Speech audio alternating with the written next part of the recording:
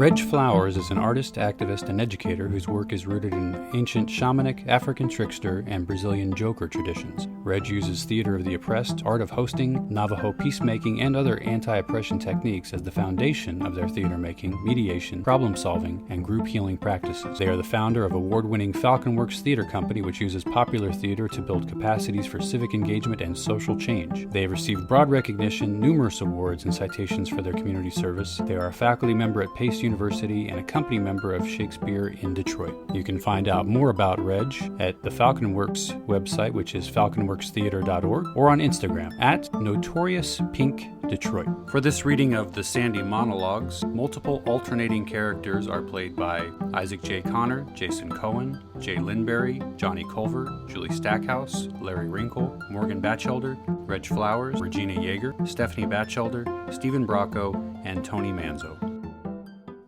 October 22nd.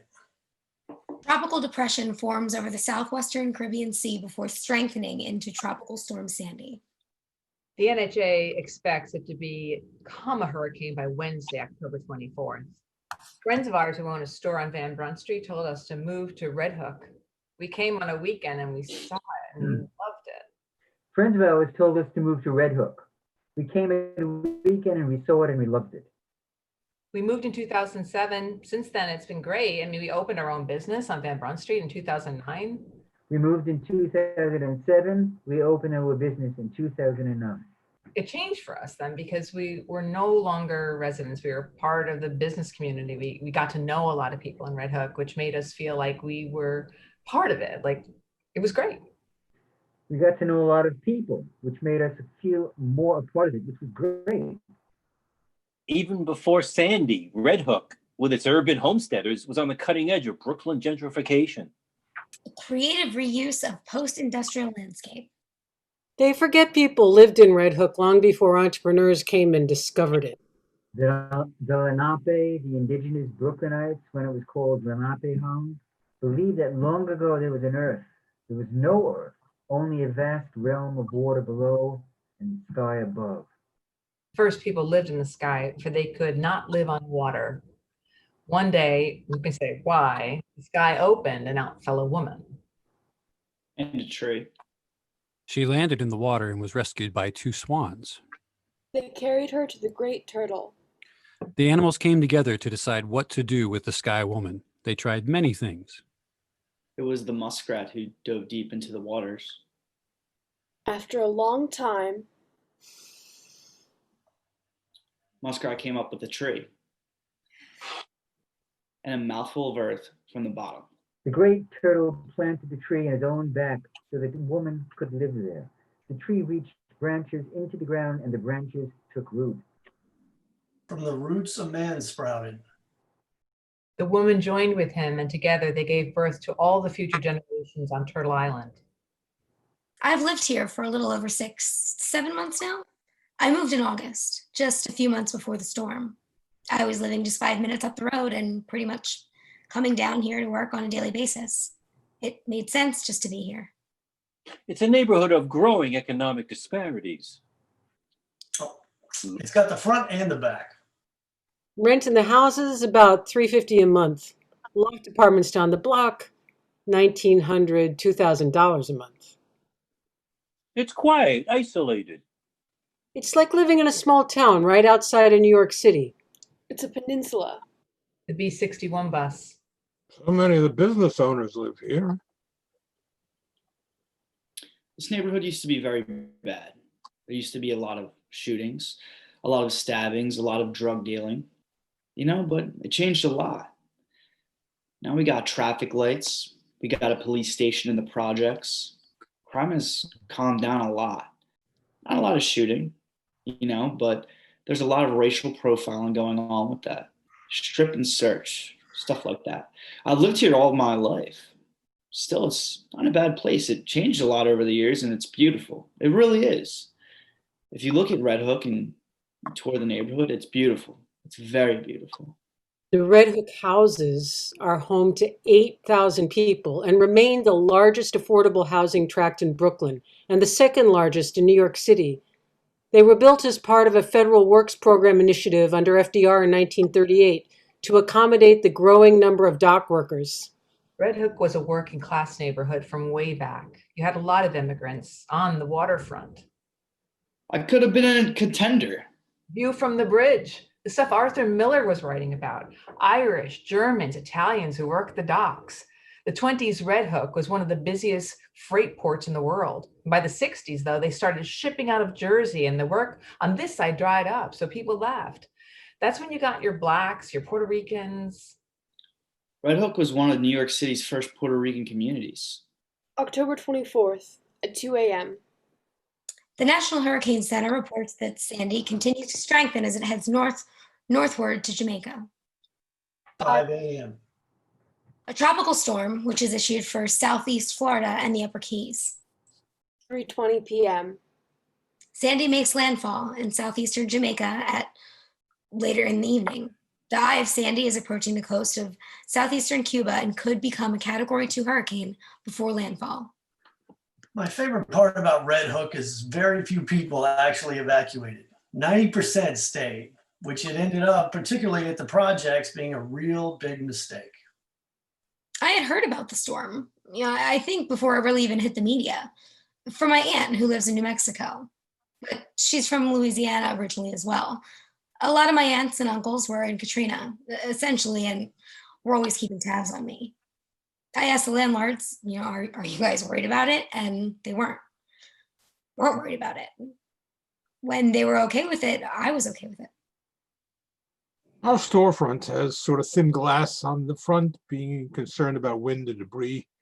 We boarded up with 4x8s of ply where I mounted them to the top above the window. I'm a metal worker. I welded a bar from my building railing to my neighbor's building railing.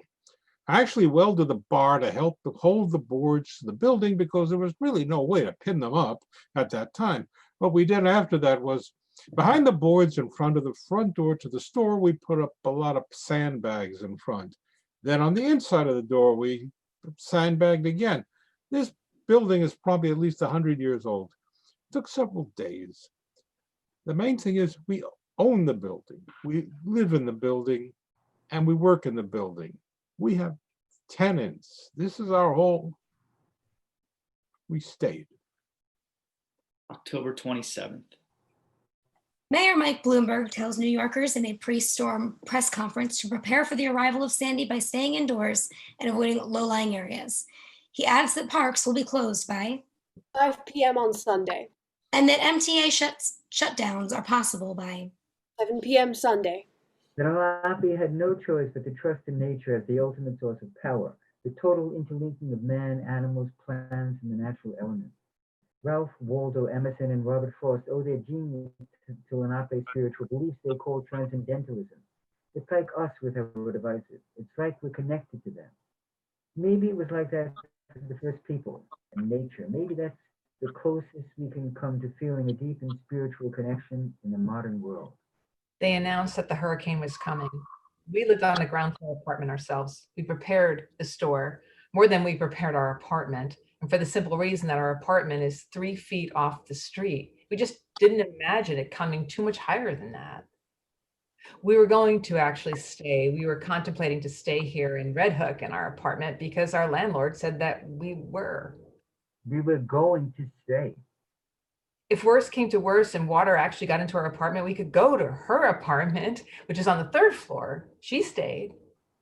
While we were sleeping. The strangest thing, it was the first time we ever experienced this, but the police department, they just rolled through the neighborhood all night to early morning hours, announcing on the intercom. The police rolled through the neighborhood announcing, if you have not yet evacuated, it's mandatory. Get out. Get out. Get out. October 28th. In the early morning, Sandy continues to move parallel to the southeast U.S. coast and is still expecting to bring strong winds and a storm surge flooding to the mid-Atlantic states and southern New England. I'm a paddler, and I kayak quite a few times a week in the New York Harbor.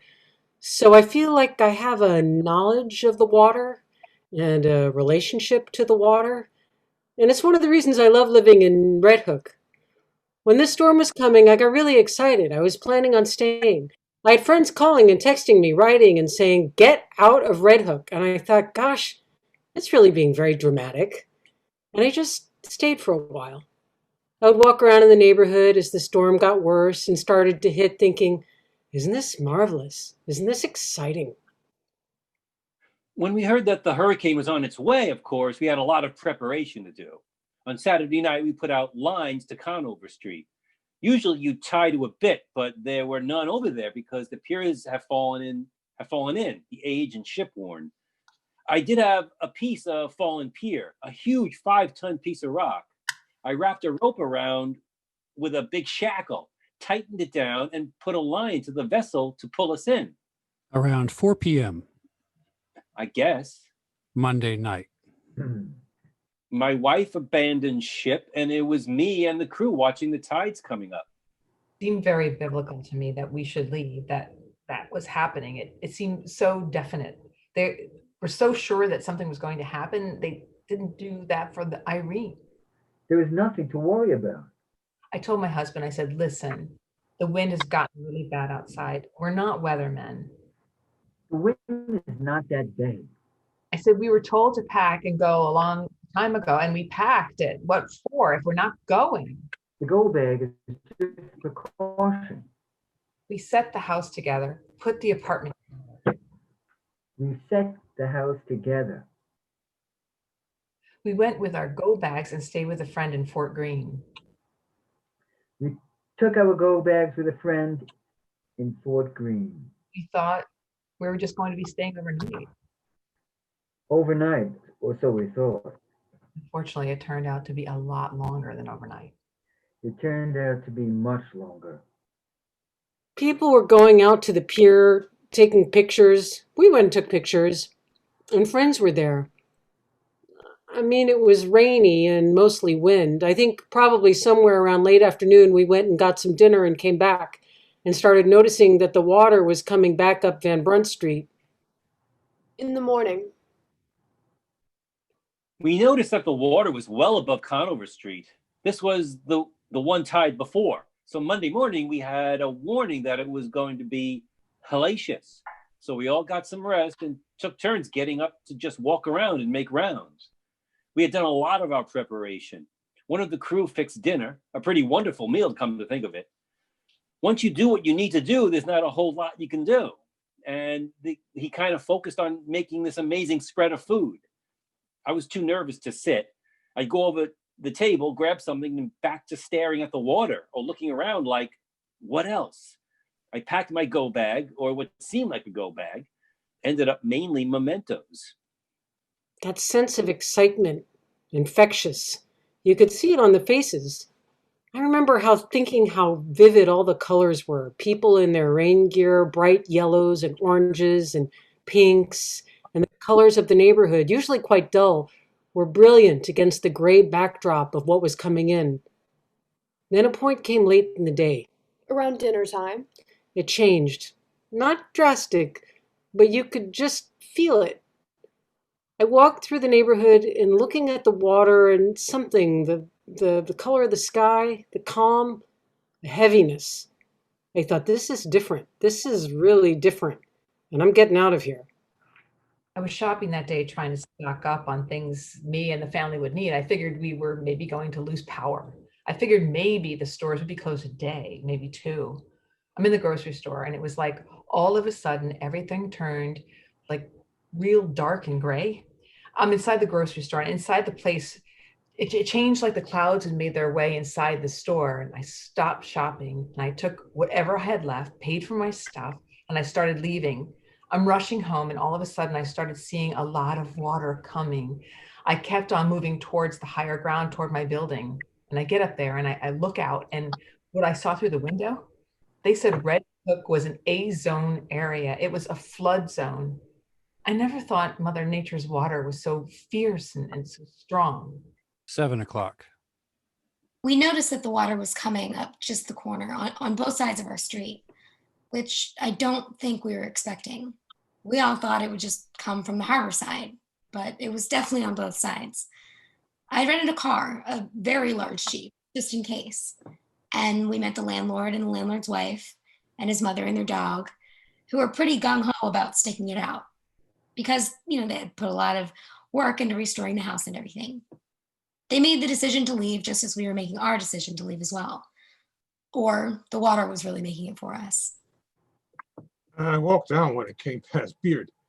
I walked across Van Dyke and down Conover to Reed and watched it from Reed until I got cut off at Conover. I went back up Conover. I think by that time on Van Brunt, it had probably reached Coffee Street. And then I came down Van Dyke and watched it come Van Brunt from Coffee. It poured in my neighbor's. He has a moat in front of the house, and it poured in like a waterfall. It was horrific. It was like watching the Blob, especially when it came to a certain point when it wasn't just coming from the harbor at the end. It was coming from the Gowanus. It was coming from the buttermilk. It came up to Van Brunt. When it came on Dykeman and went into my friend's basement apartment, horrified again. And I walked back to Van Brunt and just watched it. I think I went off at a Walcott, watched it down Walcott. My next door neighbors tried to leave at that point. They have 2 young kids. They made it 2 blocks and came back. I watched it stop 12 feet from our basement. It was crazy. When I say crazy, something I've never seen in my life. 20 years being in Red Hook, never seen such a thing like that. The water rise all the way up to my windowsill. That was a time when my kids panicked. My kids just started screaming and crying. One son 15, one 12, and my daughter 5.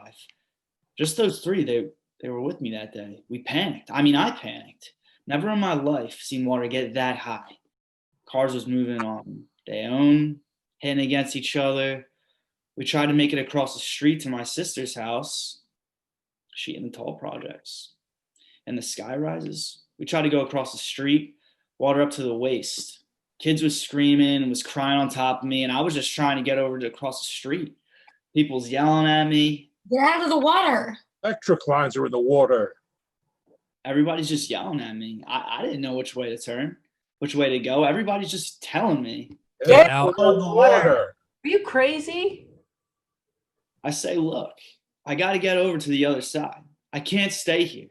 Water all the way up to my windowsill. It's about to come into my house. I mean, what am I going to do? Sister's in the sky rises on the other 12th floor. We got to get her. We got to get her to the building. There was no lights, no electricity, nothing.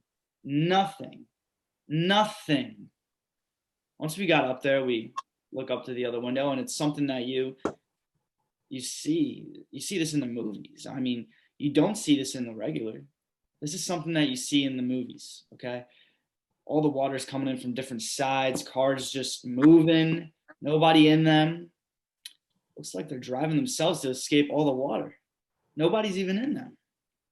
This is happening, and there's water kind of making its way towards you. Then you see blue sparks from the transformer boxes on our street start to go.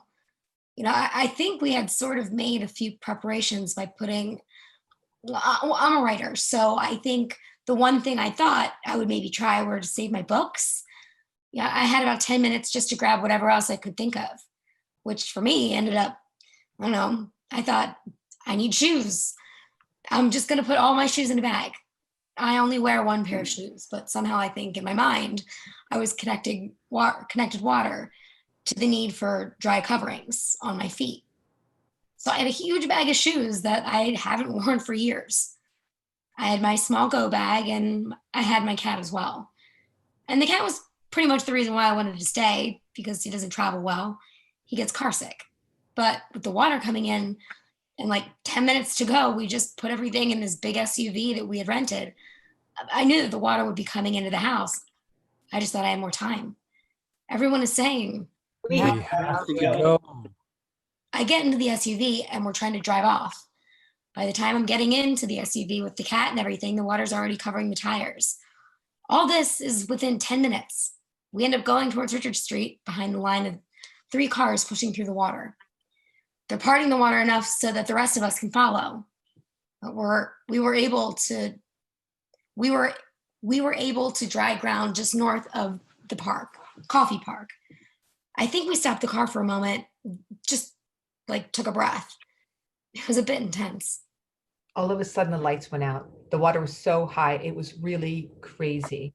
I live in the second floor and it was rising really fast. And my husband and my son is 14, went out to rescue a friend of mine, a woman that lived on the first floor. They're out on Columbia Street and the water looks like it's coming up out of the ground. My husband, who's not a young man, and my son get caught in the flood on Columbia, swimming through all the dirty water. They were so drenched. They get her to safety and then start coming back through the dark water, getting deeper. And the force of the water was threatening to knock my husband over. It came close to doing it. My son had to help him back. He's not so young, my husband. The water was pushing and rushing. They might have gotten swept away and they got back safely. It was terrible, terrible, drenched. It was insane. The power went out. Transformers were exploding. The water was coming in. It was like Armageddon. It was insane. As the water surged up, we remembered that the car was around the corner. We'd been so concerned with sealing up the building, we'd forgotten about it. I ran around the corner. Ironically enough, the water was pouring down Van Brunt Street, and the car was a block off Van Brunt or Coffee, and completely dry. I jumped in. I couldn't cross Van Brunt, so I drove the wrong way down Coffee Street to Conover Street. Drove down there. Conover Street was okay. I passed Dykeman, and there was a car ahead of me that I was kind of following. It is pitch black at this point. I can see from his headlines that Walcott was a river and he was stopped. As I was waiting to see what was going to do, a transformer just exploded over his car. This is chaos. I reversed, went back to Dykeman, drove the wrong way down Dykeman, and then headed up Van Brunt because the water hadn't quite reached there yet. By the time I got up a couple of blocks, it was just water pouring in from every side. I parallel parked and ran home. Ran. By the time it was getting knee deep, every few minutes it would surge and get instantly higher. We went upstairs. There was nothing else to do. Oh my God.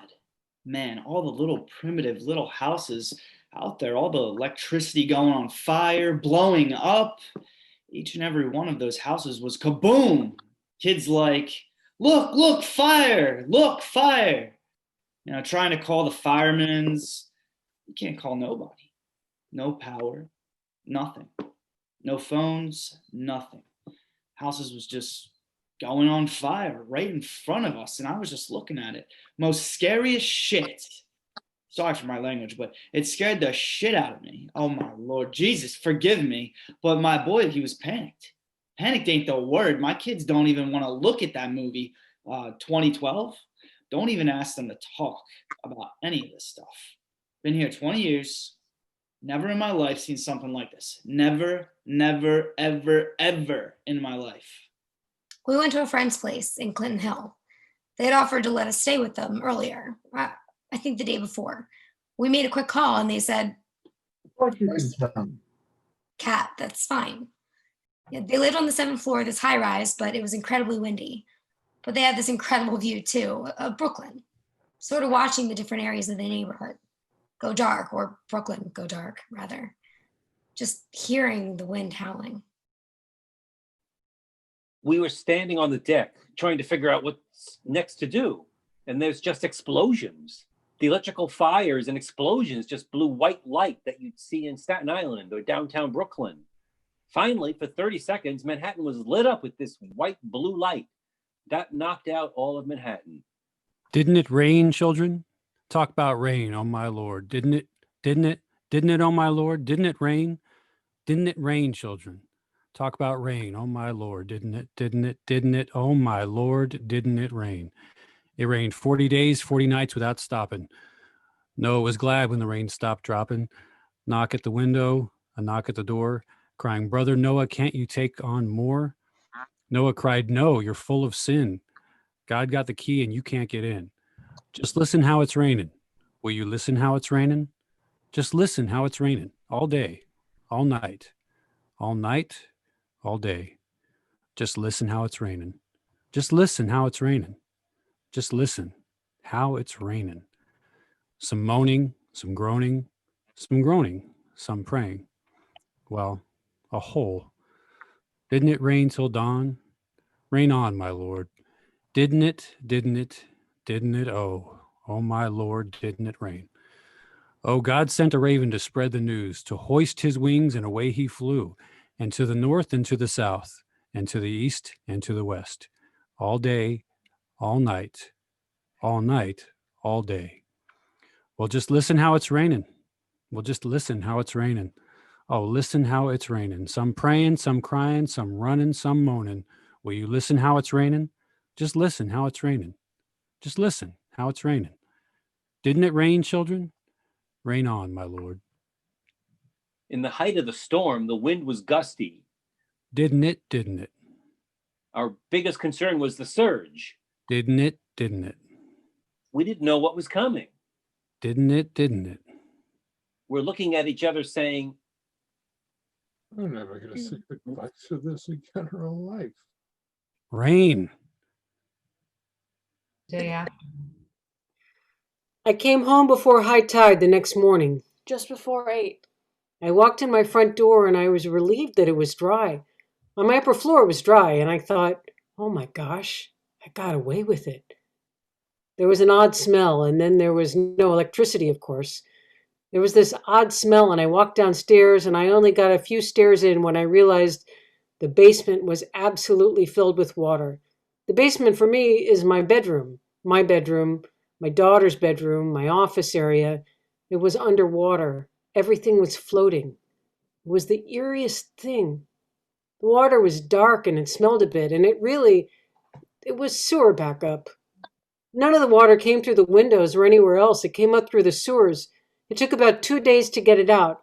You had to wade in it. You had to just get right in there, because in order to drain the water from the place, you had to be continually brushing the debris away from the drains. There was so much debris, so much paper debris because of where I was. I think the first thought that hit me when I looked down and I saw my bedroom and all my clothes was, oh my God, I have the clothes on my back. Wow, that's it. After the water had receded and gone back, it was time to go look at the damage because I couldn't believe that the water had risen. People were running from it or taking pictures. It was dark and didn't know what was going on. Once everything got to the point where we could go outside, my son went around the corner and his car was under the water where people were telling us it had went down the block, which was crazy because now it was on the sidewalk. This was his first car. We had the car towed, so it wasn't just in the middle of the street. And so happens we end up in front of the building where I work in. My son was upset. It was raining. The sun was out. It was a really crazy day. I'm taking him inside to settle down. I open the door of the door and the lights are on. Everywhere else around us we're in darkness. Where I work has lights. Later I get a call from the founder and I tell her how the lights are on at the job, and she said, Well, maybe we should call the businesses on Van Brunt. They could use the computers. I said, what about the people in the projects? Really, I know without their phones how crazy it would really be. And if we let people come in and charge their phones and stuff. And she said, Well, if you can get some help. one of my coworkers who did a lot of the work came in with this little boy. They live on the 14th floor in this tall building. It has no lights, no water, nothing. First day. They can't help. I got a call from a man. I didn't know if we could be a distribution point. I'm like, sure. Then I turned around and before I knew it, there was a crew of bikes, young people on bikes coming from the other side of like Williamsburg. And they happened to be organizers from something. And they came through and saying, "What do you need us to do?" They came marching like little soldiers. Now we say, okay, well, maybe we could do something here. By 8 o'clock. We had food being cooked. One young woman I'll never forget made some soup. It was the best soup we could think of that night because it was hot. It was starting to get dark. We didn't know what was going on. People were coming in, charging their phones. It's something I'll never forget as long as I live, because that does mean that we can unite. We can. Because it was all different colors, different nationalities. There was this young lady there that was from Korea. We learned that in her country, there were troubles, and she had plans to go back. Her parents needed her, but just to know that she was here helping us, She had bigger problems in a bigger world was unreal to me. Our place wasn't big enough, so we reached out to the church across the street and went by the park. It was an example of starting with one and making a circle around a community with others. We were enclosed with help. I mean, the support was unreal.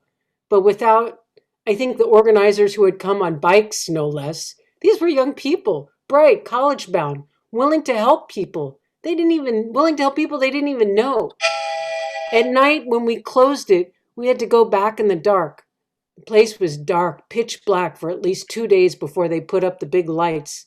I mean, you couldn't even see in front of your face. My friend and her daughter had to go up to the 14th floor every day. It was unreal. But it showed how strong we were as people, too. We serviced for 18 days. I can't even imagine how many people. I opened that door trying to comfort my own, to get my son out of the rain, and now it was like saving the whole world. I was standing in my apartment in shock, and people just started coming in and saying, For the next 2 weeks. even though the house wasn't particularly livable, I did stay. I camped out because people were coming continuously, and we had no cell service, and there was no other way to reach me but just to show up at my apartment. And people would, so I stayed. I really felt that. I felt this embrace from around the world coming at me. It was absolutely beautiful. It really was. There was a real togetherness that, frankly, not that I want to put myself in harm's way yet again ever, but it really was an aspect to that experience that I wouldn't trade for anything. Weekends were crazy. The neighborhood would get overrun with volunteers who get sent to canvas, clean up, gut drywalls, and distribute food. I don't want to seem ungrateful. People did a lot of really good work. A lot of people only got through because of that generosity. It was just plain as day how the fact of their whiteness, the volunteers were mostly white, while the people in need were seen as these passive agents in a process we had less and less control over. I got involved with Occupy Sandy at the beginning, helping to set up a recovery hub on the day after the storm. The first few days of recovery created this feeling of, solidarity, cooperation. You had residents and these activists who were basically strangers working, cooking, and canvassing together. Everyone was talking about community-powered recovery. We were so proud of what we thought we were doing. Of course, it was inspiring and invigorating to see, to be a part of. This spontaneous, heartfelt, and pretty damned effective work being done. The fact we weren't paying enough attention, that there wasn't a deep enough analysis around race and class, became pretty damn obvious, to some of us at least, pretty early on. Definitely it caused problems in our day-to-day dynamics. A few days after the storm, this charity group partners up with the NYPD to distribute supplies. They were working with NYCHA housing police. They also asked the police to provide what they called crowd control. We're talking about mostly Black and Latino folks just waiting in line for some damn supplies. Flashlights, Pampers, baby formula and shit. So you're going to basically call in the cops to provide surveillance with people who have to put up with that shit already? Of course, that's going to cause people feel some kind of way. Now you got a strain on relationship between people who live in the neighborhood and activists. Next thing, you got this clear division. You got these two groups. You have one group, the insiders, a group of 4, the most part, white volunteers managing resources. And then you got the outsiders, people of color waiting in line in the cold for hours, with the police doing so-called crowd control. This is the typical way people in need are always categorized and treated as criminals. I was at a meeting held in someone's loft apartment. They said the purpose of the meeting was to have better communication between groups working on relief efforts in the neighborhood. Occupy Sandy was there, and they had the NYPD, the National Guard, a representative from the mayor's office, and this group of small business owners. It was about 30 people in total. Not much happened. The National Guard was going to distribute more freeze-dried meals. The mayor's office didn't have much to say. They certainly weren't making any promises. The 76th precinct captain sat in a corner under some stairs, mostly silent. Occupy Sandy was collecting and redistributing materials, providing hot food, and building a database of residents who needed home-delivered meals. We had even set up an emergency medical clinic since the neighborhood clinic was destroyed. So the meeting goes on, and more it's becoming clear that this wasn't what we had been told. This meeting was all about making sure this group of small business owners had direct access to all these people, these institutions, with power over the recovery effort. I look around and the racial composition is pretty fucked up. Red Hook is this predominantly working class Black and Latino neighborhood. The people hosting the meeting had only managed to get one single long-term Black resident who was a local organizer, and he was clearly as disturbed as I was and wasn't afraid to point out just how fucked up it was that a meeting with so many people controlling so many resources gathered in one place didn't include anyone representing housing, much less any residents. I mean, really? For a meeting that important to exclude Black and Latino community leaders from the table was more than just problematic. It was dangerous. Then some business owners, community organizations, and city officials got together to form a small coalition specifically to secure funding from a private foundation. They did it with no guarantee of community oversight over how that money was going to get used. They gave 80% of the funds to support the recovery of small local businesses. 70% of Red Hook lives in public housing, and they're going to direct 80% to restaurants and boutiques. Mainly the business along a small gentrifying corridor. They disempowered and displaced working class Black and Latinos in the community. People with cultural, legal, and political capital quickly mobilizing to control incoming resources and then funneling them towards small businesses. This is just institutional racism. You getting mad? I'm getting rich. You getting mad? I'm getting rich. Watch out a little bit, watch out a little bit, watch out a little bit, watch out a little bit. I've been in my apartment for 2 weeks. No water, no electricity. It was just nothing. Like my building was the last on a long list. I didn't know how long. Towels on the floor. I lived in concrete apartments where I'm living right now with my kids in that apartment.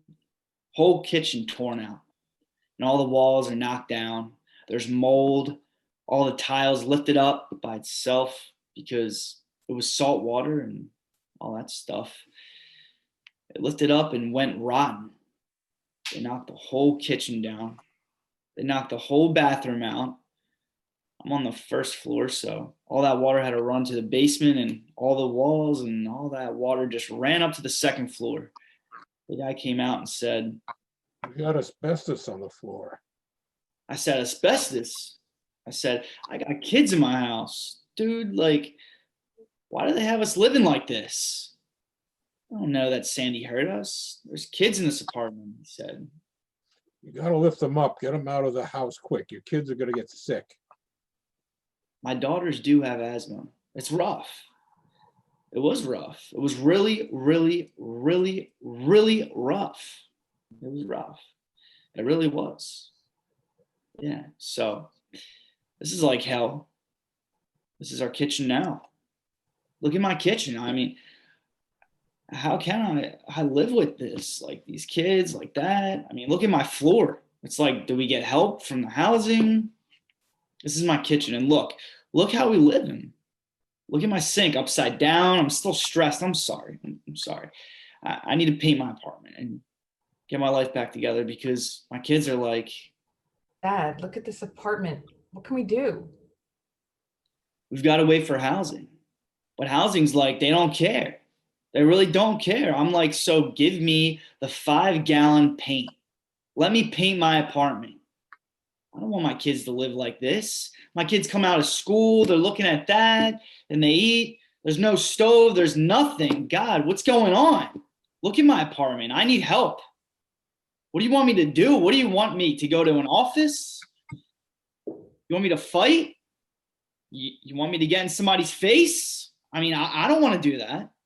I don't want to show my kids that. I'm trying to be nice about this. You know, give me the carpet. Give me the tiles. I'll do the tiles myself. I will paint my apartment myself. Give me the paint. When I'm going to get some help around here, when am I going to get some help? On December 5th, more than a month after the storm, Mayor Bloomberg finally came down to pay a visit to Red Hook. He didn't bother to stop in at the Red Hook houses in spite of the 8,000 residents who had gone without heat, electricity, even running water for weeks. Instead, Bloomberg went to the fairway to talk to the heads of local not-for-profits and members of a pop-up charity created to support small businesses in the neighborhood. The conversation with Bloomberg reportedly focused on how to attract more shoppers to Red Hook, reopening the subway stop at Smith's and 9th Street, and how to increase foot traffic along the Van Brunt Street.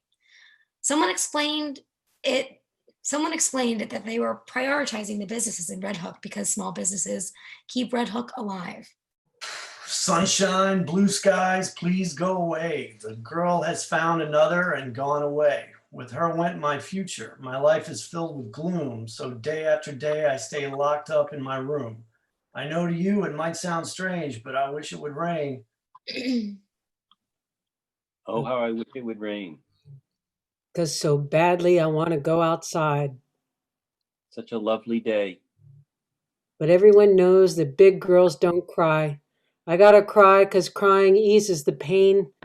Oh yeah, people, this hurt I feel inside, words could never explain. I just wish it would rain. Day in, day out, my tear-stained face pressed against the window pane. My eyes search the skies desperately for rain, because raindrops will hide my teardrops, and no one will ever know that I'm crying when I go outside to the world, outside my tears. I refuse to explain. Oh, how I wish it would rain. I'm a man and I got my pride. A lot of the supplies were given out during working hours. People who had jobs had no way of getting assistance. Even now, they still give things out from time to time, but I never find out until the line is so long and I don't have so much time to stand on the line for 4 hours. I didn't even get help from FEMA. They didn't think I was damaged enough to get help. They said I had to fill out an SBA loan form, but I didn't qualify for that. 6 months out and I still haven't resolved with insurance. Not even a little. We've even hired outside people to deal with them. Just this phone tag, run around, giving us wrong information.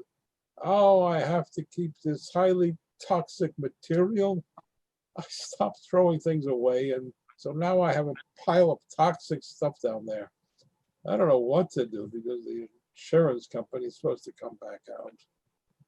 That sense of living in a small town, you really saw that during the storm and right after. On that level, it hasn't changed.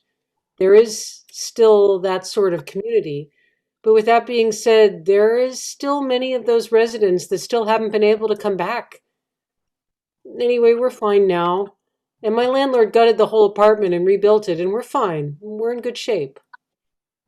I could say I'm traumatized, but I'm thanking God. You know, he gave us not what we lost, but our lives. Because we could have lost our lives. We didn't know what was going on. We thought it was really the end of the world, you know? That's the way we looked at it. They say that we didn't lose a lot of life, you know? We lost a lot of life. People did die, you know? We look at each other like if it wasn't for all of us getting together and helping each other, we look at each other like another way, you know? But there's things that you aren't going to get back no more. Once you've lost it, you're not going to get it back. Just because we're dry doesn't mean that the neighborhood now is completely on its feet. It doesn't mean that we still don't have the issues we had pre-Sandy, which were transportation issues, people getting into Red Hook. There's kind of a neglect that's not being handled for this neighborhood. The income discrepancy is formed on the equivalence of the third world, not a developing nation, but a failed Soviet satellite state. The majority of the population lives on $14,000 a year, and a census tract in the back is earning 6 figures, over $100,000. One block from the chicken place, somebody has a vehicle worth 7 times the median income, and people feel there's nothing wrong with this. I got shoes, you got shoes. All of God's children's got shoes. When I get to heaven, I'm going to put on my shoes. I'm going to walk all over God's heaven. Heaven. Heaven. Heaven. Everybody talking about heaven. Ain't a going there. Heaven. Heaven. I'm going to walk all over God's heaven. I got a song, you got a song. All of God's children's got a song. When I get to heaven, I'm going to sing my song. I think we're going to get more. I think we're going to have another one of this size or bigger and soon. Luckily, we didn't have a real bad winter. The weather was pretty mild, and I would say from November until just recently. A couple cold snaps, but for the most part, it could have been a lot worse. Wasn't that long ago, we were having 3 and 4 blizzards every winter. Heartbreaking, seeing everybody throw their lives on the street, piles of personal possessions lying on Van Brunt Street. A lot of people lost stuff that was really important to them, sentimental.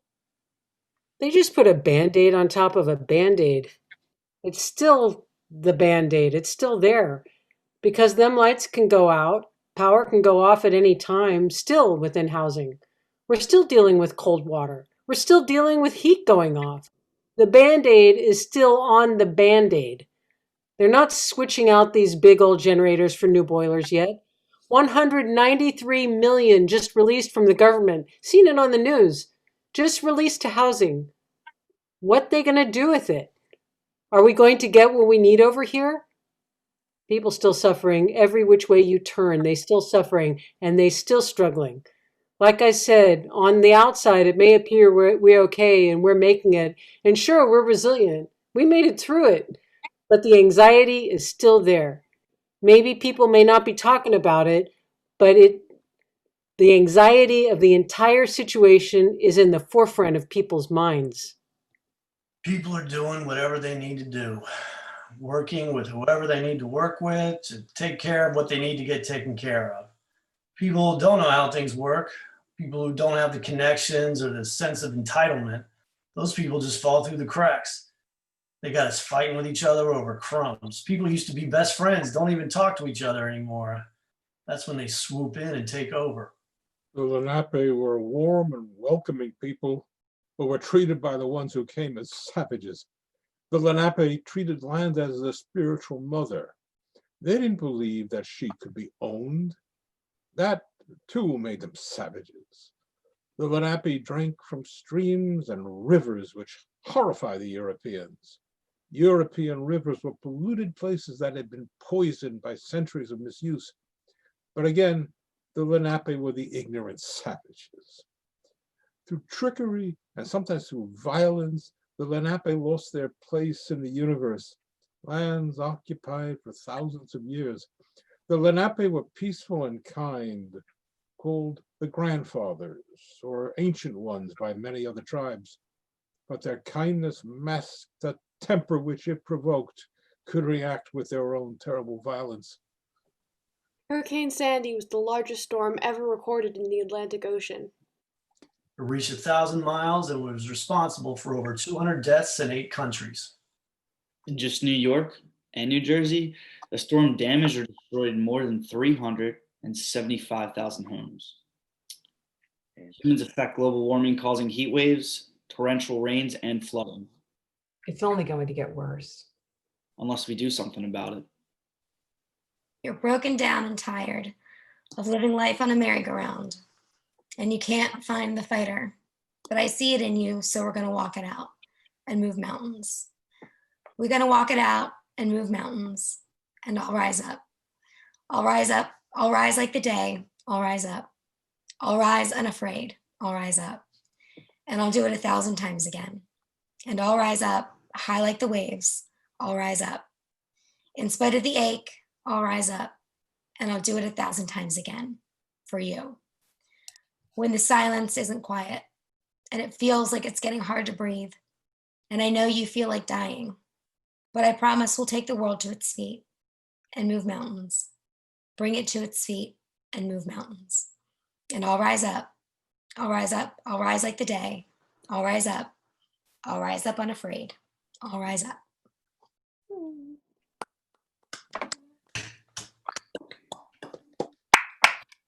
Yay. Yay! What a piece. My goodness. Wow. gracious. Right? Wow, wow, wow. Yeah. I mean, Johnny and I had a little private back and forth. He was already thinking about staging things. Reg, this was produced already, right? Um, mhm, Get it in the school. in a school. Kind of cool. It's kind of Isaac, one thing that was interesting, what I was doing during the first 20 minutes, I had Google Maps on my other monitor, and I was watching the neighborhood. I went back to 2009. I was walking the streets of the neighborhood in 2009, and it was so cool because I made it neat. I saw the buildings you were talking about. I saw the streets you were talking about, and the cobblestone and the old houses and the bars and that kind of thing. So it really brought it home for me doing that. Yeah, and thinking about, I mean, just to kind of like expand on that, I mean, thinking about a stage production, not knowing what Reg already did with this, to have those images playing and projected in the back, and then having a chorus of actors stepping forward and back into spotlights, and then having the songs, you know, nail you from time to time. And also just to say that having done the program with Reg and asking Reg about this brilliant piece that they wrote on the fly, basically based on our own rehearsals and this, just what we were interpreting and what we were talking about from our own real life experiences with white supremacy. Reg just took that from rehearsals and created these brilliant monologues that were largely taken from what we said, but making a real artistic piece out of this whole thing. I have to think, Reg, that with your how deft you are with writing, that this probably, even as extensive as it is, probably did not take you long to write. Is that correct? That's actually a great question. The hardest thing about writing the piece was there were, I want to say, maybe 100 hours of these. There were hours and hours of these testimonies. So the hardest part was listening to all of the testimonies and then trying to distill those down into basically an hour, an hour, 30 pages of text.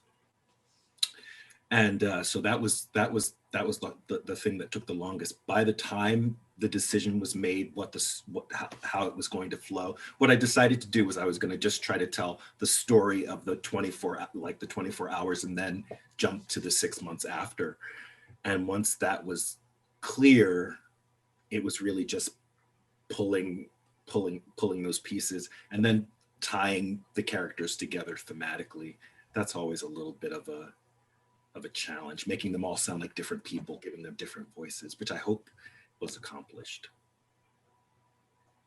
Yeah, and I'm among very accomplished, in one way or another, playwrights. Playwriting and stand-up comedy are the two final frontiers that I don't know I will ever venture into. But one of the reasons is just that, like, to create 11 different person, I don't have that going on in here. But what you had going for you was that you actually took real stories and went ahead and accepted everything that was giving you, and then decided to create it into an art piece. That had to be emotionally taxing.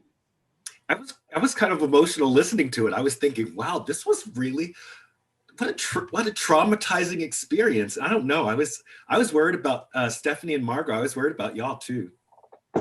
It was very, Margot was part of the rehearsal process. Everyone cried at the end of the first show. I mean, I cried. It was a lot because we had all just sort of been through Sandy and we weren't here, but it was so much. And yeah, and we rehearsed for a long time. We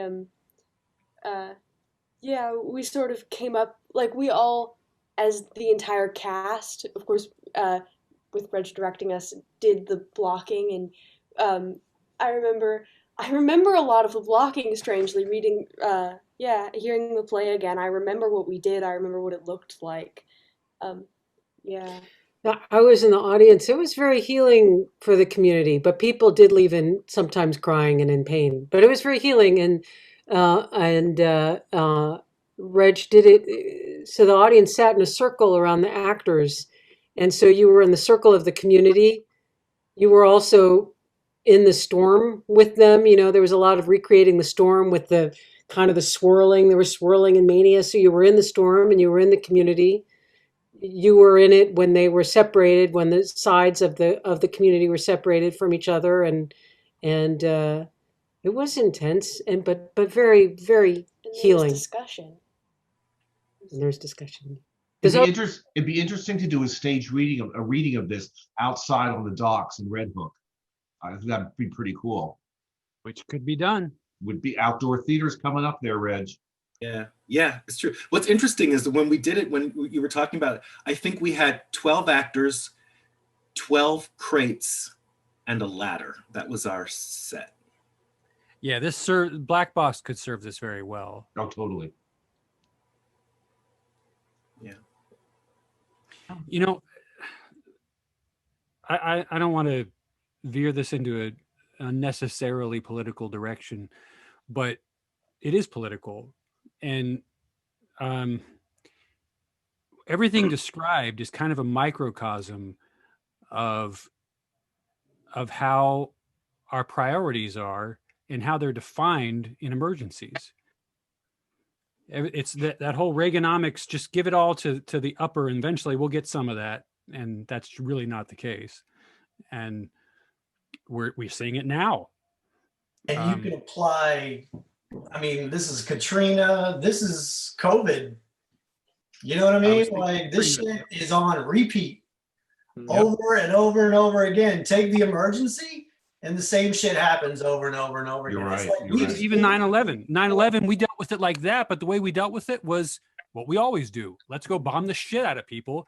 And eventually maybe we'll take care of first responders. Not really. Maybe if Jon Stewart makes enough of a fuss, then we will. Right. But you mentioned like 9/11, like in reading this, they were talking about just, we got to figure out how to get people shopping in Red Hook again. Well, after 9/11, it was like, just keep shopping. That's what Go to Disney World.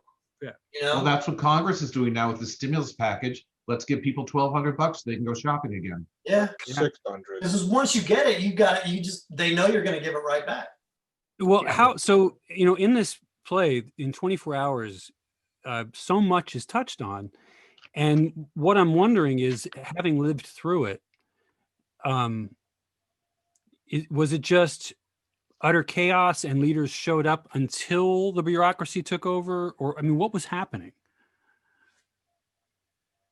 You're asking, or? I'm asking. I wasn't here.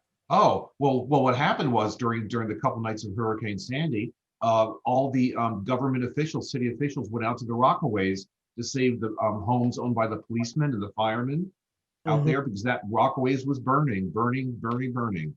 And not much attention was paid to Red Hook and the projects there. So in those areas, though, I mean, until the bureaucracy started to show itself, what was it? Just utter chaos, or was everybody helping each other? Were there leaders that formed? Well, so Reg was organizing. There were a lot of organizers here, and in some ways, so what Johnny said, I recognize that as truth, but also Red Hook is cute.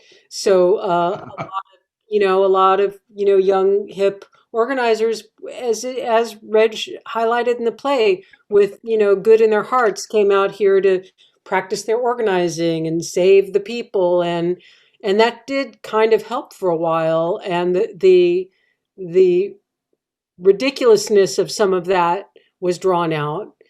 There were hurts and divisions in the neighborhood which were never smoothed over, which were never solved. There were hatreds arose that were never solved. But was it chaos? I think it was not chaos here, because what happened during the actual flood of people looking out for each other really did happen for a couple months after. There was a lot of bullshit. There was the government money bullshit was always ended up being bullshit, and many people were never helped, especially in the projects. But it wasn't chaos, because people were profoundly kind and organizing themselves and taking care of each other and cooking for each other.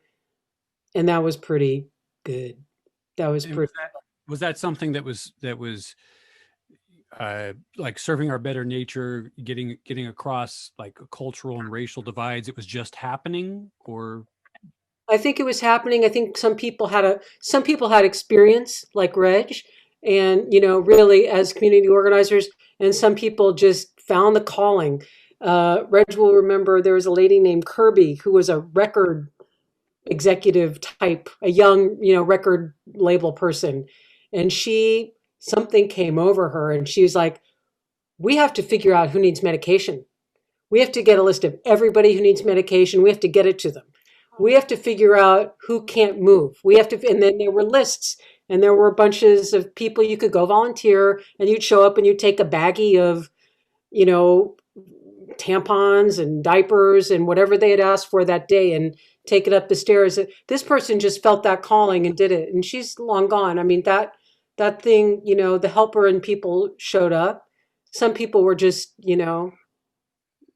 volunteered. Some people who might have thought of themselves as leaders, like me, I just didn't, but I showed up and carried baggies, it was people organized themselves and did things in the absence of the government doing anything really to help.